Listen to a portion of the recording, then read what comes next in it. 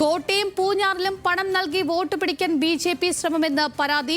BJP. മണ്ഡലം ഭാരവാഹി പണം നൽകുന്നതിന്റെ ദൃശ്യങ്ങൾ പുറത്തുവന്നു. പണം നൽകിയതിനു പിന്നാലെ എൽ.ഡി.എഫ്. പ്രവർത്തകർ സംഘത്തെ തടഞ്ഞുവെച്ചു. ഇലക്ഷൻ കമ്മീഷനും പോലീസിനും പരാതി നൽകുമെന്ന് എൽ.ഡി.എഫ്. നേതാക്കൾ അറിയിച്ചു. വിശദാംശങ്ങളുമായി അജിത് ബാബുവാണ് ചേരുന്നത്. അജിത്, വീണ്ടും ബി.ജെ.പിയുടെ ഭാഗത്ത് ഇത്തരത്തിൽ പണം നൽകുന്നുള്ള വാർത്തയാണ് എത്തുന്നത്. വിശദാംശങ്ങൾ.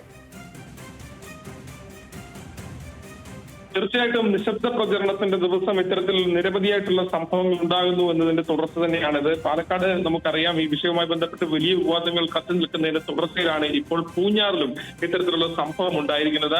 Erattupetta municipality BJP. മണ്ഡലം ഭാരവാഹി പണം നൽകുന്നതിന്റെ ദൃശ്യങ്ങളാണ് ഇപ്പോൾ പുറത്തു വന്നിരിക്കുന്നത്. ഈ ഈരാറ്റുപേട്ട മുനിസിപ്പാലിറ്റിയിൽ 3-ാം വാർഡിൽ ബി.ജെ.പി. സ്ഥാനാർത്ഥിയായി മത്സരിച്ച മുഹമ്മദ് ഷാജി എം.എ. ആണ് പണം നൽകുന്നത്.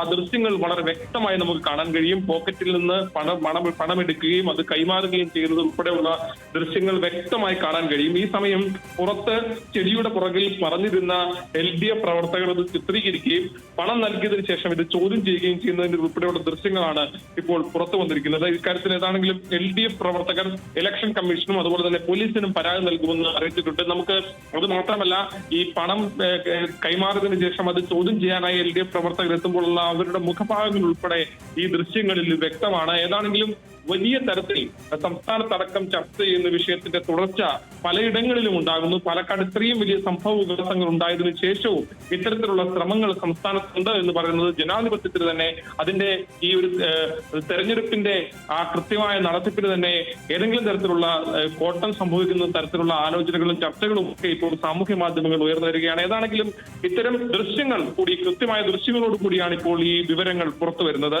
ഏതായാലും വിഷയത്തിൽ പോലീസിനും ഇലക്ഷൻ കമ്മീഷനും പരാതി നൽകുമെന്ന് എൽ.ഡി.എഫ്. നേതാക്കൾ അറിയിച്ചു. പൂഞ്ഞാലം തെരഞ്ഞെടുപ്പിൽ ചട്ടലംഘനം നടത്തുകയാണ് എൻ.ഡി.എ. വിവരങ്ങൾ നൽകിയത് അജിത് ബാബുവാണ്.